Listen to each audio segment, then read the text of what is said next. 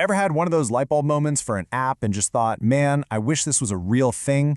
Well, that journey from a simple idea to a real working program is exactly what we're going to break down today. Let's dive in. Yeah, I'm pretty sure we all have.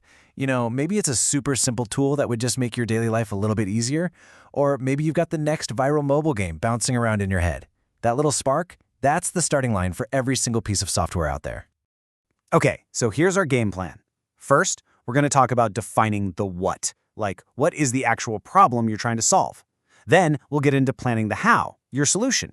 We'll also take a little detour to see why skipping that planning step is a really bad idea before we finally get our hands dirty with the tools you need to write your very first lines of code. From the outside, programming can totally look like some kind of dark art, right? But really, it's a super structured process. It's a journey that, when you boil it all down, has 3 core steps. And here they are. It's this simple. First you define the problem, then you plan the solution, and only then do you write the program. Now we're going to use C++ as an example a little later on, but honestly, this 3-step dance applies to pretty much any programming language you can think of. It sounds simple, and it is, but the real secret to success is giving each of these steps the time and attention it actually deserves. All right, let's dive into that first one. Define the problem. This is the what phase of your project, and it is the absolute foundation for everything else. So before you even think about writing a single line of code, you need to have a crystal clear idea of what you're trying to do. What's the goal? Sometimes this is super easy. Other times, man, it can be the hardest part of the whole process. But one thing's for sure, every single program in existence started right here with a really well-defined goal. So what does a good problem definition actually look like? Well, it's got to be specific. You're not just going to make a math program, right? No, you're going to calculate the average of many numbers. You're not just going to make a game. You're going to create a 2D maze for a user to navigate. See the difference? That level of clarity is everything. It's the blueprint. Okay, so once you know what you're building, it's time to figure out how you're going to build it.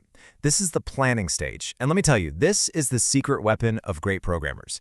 It's also, sadly, the one step that beginners skip all the time. And this right here is such a critical warning. That urge to just jump in and start hammering out code, it's huge, right? Especially when you're all fired up about your idea.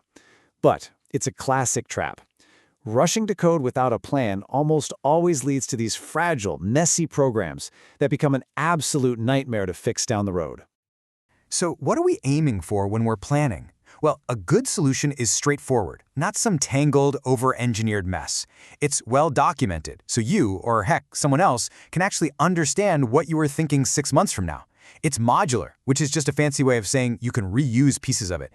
And super important, it recovers gracefully from errors instead of just, blowing up. Thinking about this stuff now will save you a world of hurt later.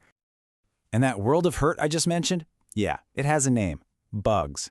A lack of planning is pretty much the #1 cause of them, so it's really worth taking a second to understand why they're so expensive.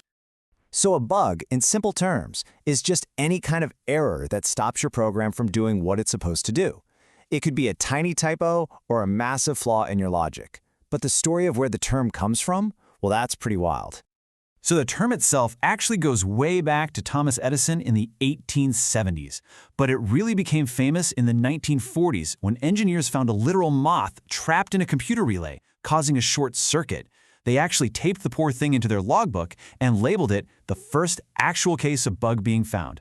And today, that moth and that logbook, they're in the Smithsonian Museum. How cool is that? And this brings us to a really important reality check about where programmers actually spend their time. Take a look at this.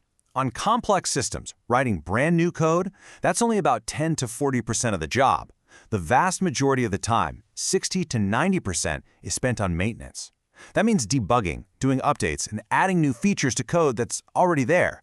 This is exactly why good planning isn't some luxury, it's an absolute economic necessity. All right, you've clearly defined your problem. You've got a solid plan in place. Now, and only now, is it time to actually start writing the code. To get going, you really only need 2 basic things. First, a programming language. That's the grammar and vocabulary the computer understands. And second, a text editor. That's just the place where you'll write out all your instructions. And those instructions, that's what we call your source code. Now, you could technically use a super basic program like Notepad, but just look at the difference here. On the left, you've got plain, boring text. On the right, that's the exact same code in what's called a code editor. The difference in readability is it's night and day, right? It's like trying to read a solid block of text versus a book that has chapters, paragraphs, and highlighted sentences. No contest. So what is it that makes a code editor so much better? Well, for starters, you've got line numbers. When the computer spits out an error message saying, "Problem on line 52, you can go right to it. Then there's syntax highlighting. That uses color to help you see the structure of your code at a glance. It's amazing. And finally, monospace fonts. This is a subtle one, but it means every character takes up the same amount of space, so you'll never confuse a 0 with an O or a 1 with a lowercase l. Tiny little mistakes that can cause massive headaches. And hey, here's a quick pro tip for you, just to get you started on the right foot. It's a really good habit to name your main source code file main.cpp. That .cpp part just tells the computer, hey, this is a C++ file. But more importantly, naming it main signals that this is the starting point of your whole program. It's just a simple little convention that makes your projects way easier for you and for anyone else to understand. And there you have it. That journey from just an idea to actual working code, it's not about being some kind of super genius. It's really about following a clear, disciplined process. You define the what, you plan the how, and then you write. So that brings us right back to where we started. Now that you know the first steps, what problem are you going to solve?